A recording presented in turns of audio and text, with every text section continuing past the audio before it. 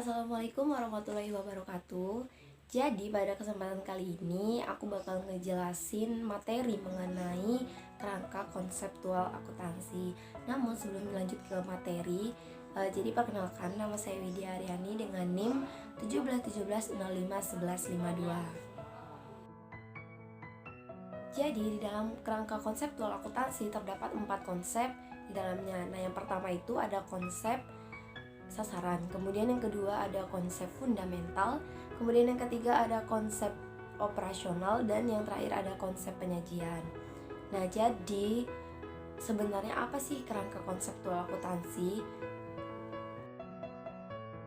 Jadi di sini saya jelaskan terlebih dahulu. Jadi kerangka konseptual akuntansi adalah suatu konstitusi, suatu sistem koheren dari hubungan antara tujuan dan fundamental yang dapat mendorong standar yang konsisten dan yang menjelaskan sifat, fungsi, dan keterbatasan akuntansi keuangan dan laporan keuangan.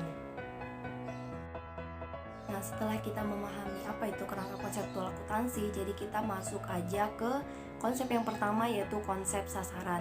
Nah, konsep sasaran ini berada pada tingkat pertama dari kerangka konseptual akuntansi yang membahas mengenai SFAC nomor 1 atau Objectivities of Financial Reporting by Business Enterprises.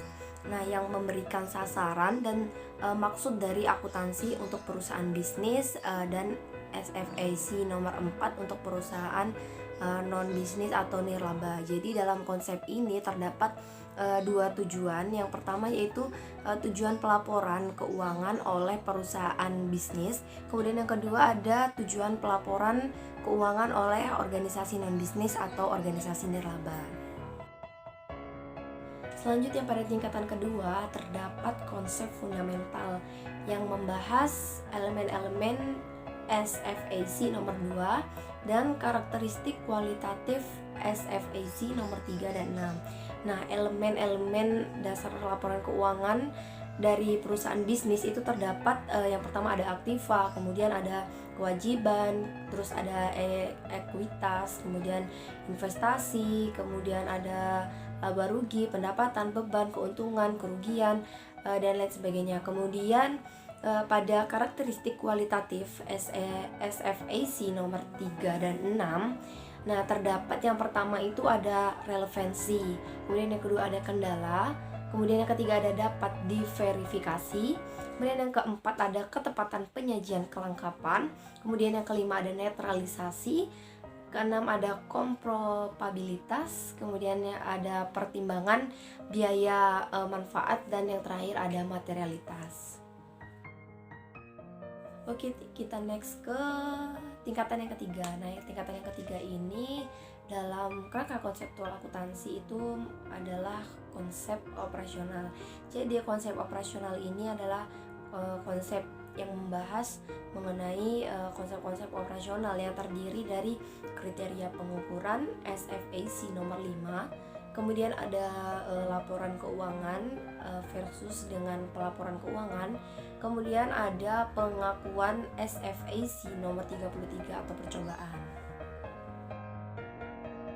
Oke, jadi yang terakhir adalah tingkatan keempat, yaitu konsep penyajian. Nah, konsep penyajian ini membahas mengenai penyajian yang digunakan oleh akuntansi untuk menyampaikan informasi akuntansi. Pada konsep ini akan menyajikan pelaporan posisi keuangan, kemudian ada pelaporan arus kas dan likuiditas, kemudian ada pelaporan earning, dan pelaporan seperti laba rugi, seperti itu. Oke, jadi itu dia tadi pemaparan singkat mengenai materi kerangka konseptual akuntansi yang bisa saya jelaskan. Terima kasih telah menonton, dan saya mohon maaf apabila ada salah kata. Terima kasih.